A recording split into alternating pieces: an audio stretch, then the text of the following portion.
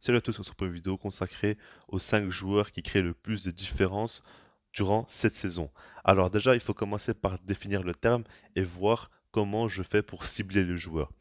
Moi, je parle typiquement des joueurs qui créent le plus de différence balle au pied. Je ne vais pas me baser sur des statistiques de buts, de passes décisives, de dribbles réussis ou quoi que ce soit, mais surtout au type de joueur auquel tu donnes le ballon dans les pieds et ils vont réussir à te créer une occasion de but alors qu'à la base, il n'y avait rien du tout. Alors ça peut être par la passe, par le dribble, mais c'est vraiment des joueurs qui peuvent limite ne pas dépendre de l'animation. Pas forcément dépendre du collectif. Alors bien évidemment, tout le monde a besoin que l'équipe joue un minimum bien pour pouvoir performer, mais vous avez compris l'idée dans le sens où ils peuvent vraiment faire des rushs solitaires ou en tout cas déséquilibrer une équipe de par leur qualité individuelle. Je ne vais pas parler des milieux de terrain parce que comme je l'ai dit, je vise surtout les ailiers. Et je ne vais pas parler aussi de Neymar et de Lionel Messi parce qu'on les connaît déjà très très bien. Et puis j'ai envie de profiter de cette vidéo-là pour parler des joueurs pour lesquels je n'ai pas forcément l'occasion d'en parler habituellement. On va commencer maintenant par le premier, le joueur de la miniature, Raphaël Leao. Et honnêtement, ce joueur-là, il monte en puissance. Mais pour commencer, on va parler à chaque fois des statistiques. Et par rapport à son cas, cette saison, c'est 15 matchs, toutes compétitions confondues, 6 buts et 9 passes décisives. Donc, il est extrêmement décisif et ça, c'est quand même assez fort chez lui. Parce que je trouve que depuis la saison passée, il commence vraiment à devenir de plus en plus décisif. De base, ça a toujours été un joueur très à l'aise en un contre un, en dribble, etc. Mais aujourd'hui, il marque de plus en plus de buts au point où on se demande est-ce qu'il pourrait pas jouer au poste de numéro 9 à l'avenir. Ça, c'est quand même assez dingue. Et puis, en dehors de ça, je trouve qu'aujourd'hui, c'est devenu un joueur qui tente énormément, qui essaye beaucoup des 1 contre 1, des dribbles, etc., mais qui réussit aussi beaucoup. C'est ça qui est assez impressionnant chez lui, c'est qu'il a très peu de déchets alors qu'il prend beaucoup de risques dans son jeu. Et en plus de ça, il est très décisif. Donc c'est un joueur extrêmement important pour Milan. Et puis quand on regarde en Serie A ou en Ligue des Champions, c'est le même. Il n'est pas intimidé par les adversaires ou quoi que ce soit. Il joue son jeu et il le joue très très bien. Et puis ce qui est dingue chez lui, c'est qu'il garde toujours le sourire. Et ça, honnêtement, je n'arrive pas à comprendre comment c'est possible, mais le gars, il va dribbler des joueurs en ayant le sourire. C'est assez effrayant, mais en tout cas, ce joueur est assez dingue. Pour moi, on en parle très très peu, mais je vous cache pas que j'ai hâte de voir si jamais il quitte Milan, où il pourra partir et qu'est-ce qu'il va devenir. Parce que pour moi, ça pourrait être beau s'il reste à Milan et qu'il fasse vraiment une bonne carrière là-bas. Mais si jamais il quitte ce club, bah, pour moi, il peut signer n'importe où pratiquement et il pourrait potentiellement s'imposer. Il a un talent monstrueux et puis quand on regarde saison après saison, il continue constamment à grandir, à s'améliorer dans son jeu et aujourd'hui, il commence à faire partie des meilleurs ailiers au monde selon moi. Donc, son ascension est complètement dingue pour ceux qui l'ont suivi notamment à Lille. On va passer maintenant au second joueur qui est Farad Srelia.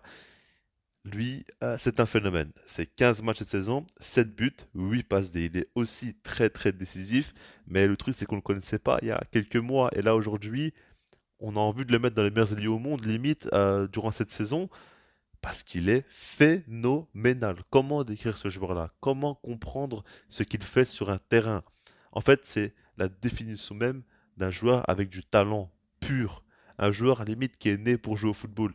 Peut-être que j'abuse un petit peu, mais quand je vois ce qu'il fait sur un terrain, c'est pas normal. Que ce soit en Serie A ou en Ligue des Champions, peu importe l'adversaire, il fait tout le temps les mêmes matchs. Tout le temps, il arrive à créer des différences. Tout le temps, il arrive à passer en un contre un. Tout le temps, il est dangereux. Il peut marquer, il peut faire marquer.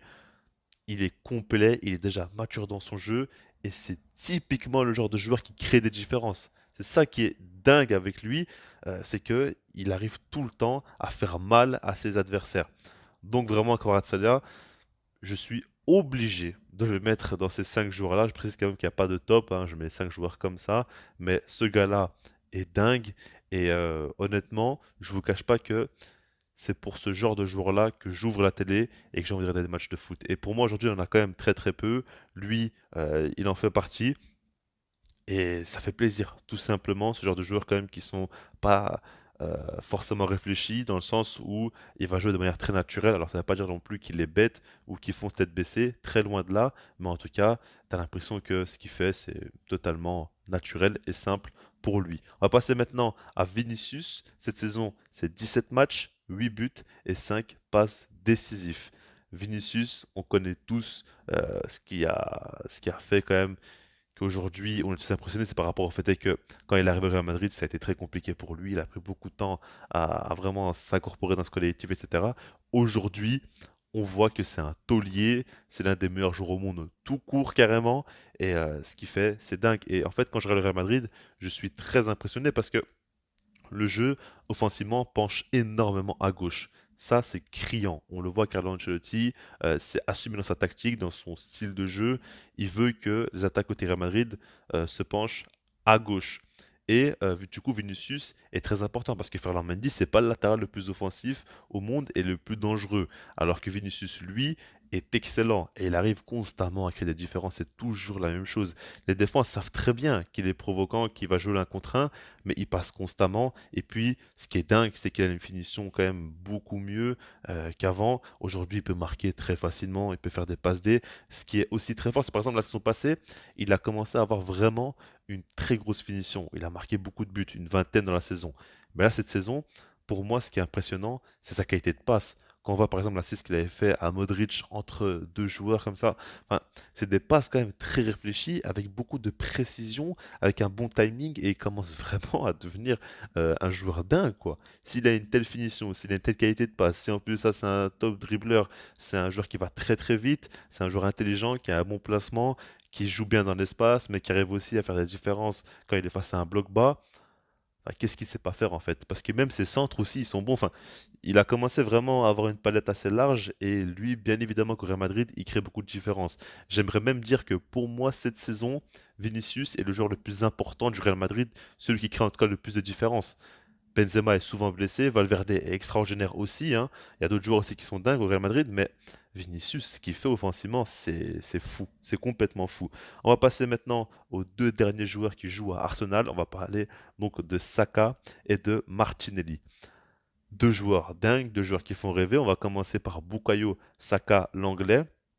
15 matchs, 5 buts, 4 passes décisifs. Alors c'est moins décisif que les autres, mais qu'est-ce que c'est fort. Honnêtement, qu'est-ce que c'est fort. Et puis déjà, quand on parle de Saka, j'ai envie de parler un peu de son mental. On sait très bien ce qu'il a subi à l'Euro avec son penalty raté, beaucoup de messages racistes, etc. Il a eu beaucoup de mal à passer à autre chose.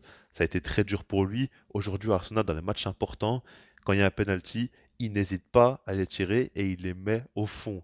Ça prouve que c'est un joueur vraiment qui a un grand mental et c'est ce type de mentalité-là qui va faire qu'il pourra devenir un grand joueur déjà pour commencer. Et puis en dehors de ça, on sait que Arteta mise beaucoup sur les ailiers, leur donne beaucoup de liberté et fait tout pour les isoler pour qu'ils puissent jouer en un contre un et tout simplement faire des différences. Et Saka, ça le régale, mais qu'est-ce qu'il est fort.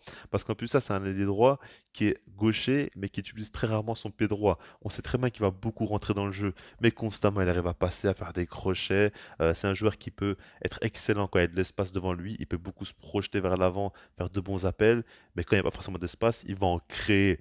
Donc c'est ça qui est dingue avec lui, très complet. Et puis pour moi, ça reste quand même en dessous des autres ailiers que je vous ai mentionnés.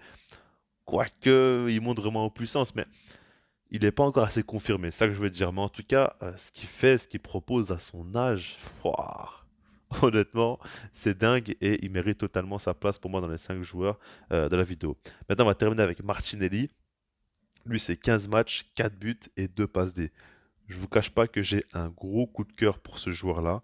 Honnêtement, Saka aussi j'aime beaucoup et tous les autres, hein, mais Martinelli, je le trouve vraiment phénoménal. Je trouve qu'on n'en parle pas forcément assez, mais depuis quelques temps, quand je le vois jouer, je trouve qu'il dégage un truc sur le terrain et c'est l'un des rares joueurs qui peut brûler une défense à lui tout seul.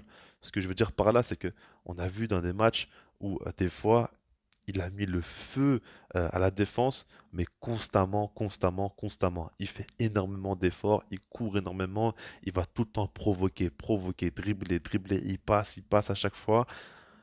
Il est phénoménal. Il est phénoménal. En un contre un, qu'est-ce qu'il a des facilités, qu'est-ce que c'est simple pour lui. Parce que il y a beaucoup de joueurs qui sont forts en un contre un, mais qui passent autant que lui, il y en a quand même très peu. Et puis en fait, le truc, c'est que lui, il a une moins bonne finition que les autres, il est moins décisif. Quand on regarde ses stats aussi, c'est vraiment en dessous des autres.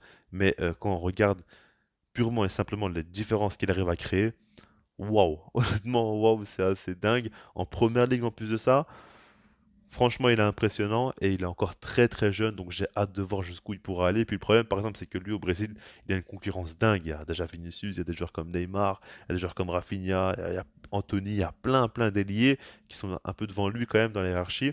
Et du coup, c'est pas facile pour lui, mais quel joueur et puis quel avenir pour lui, honnêtement.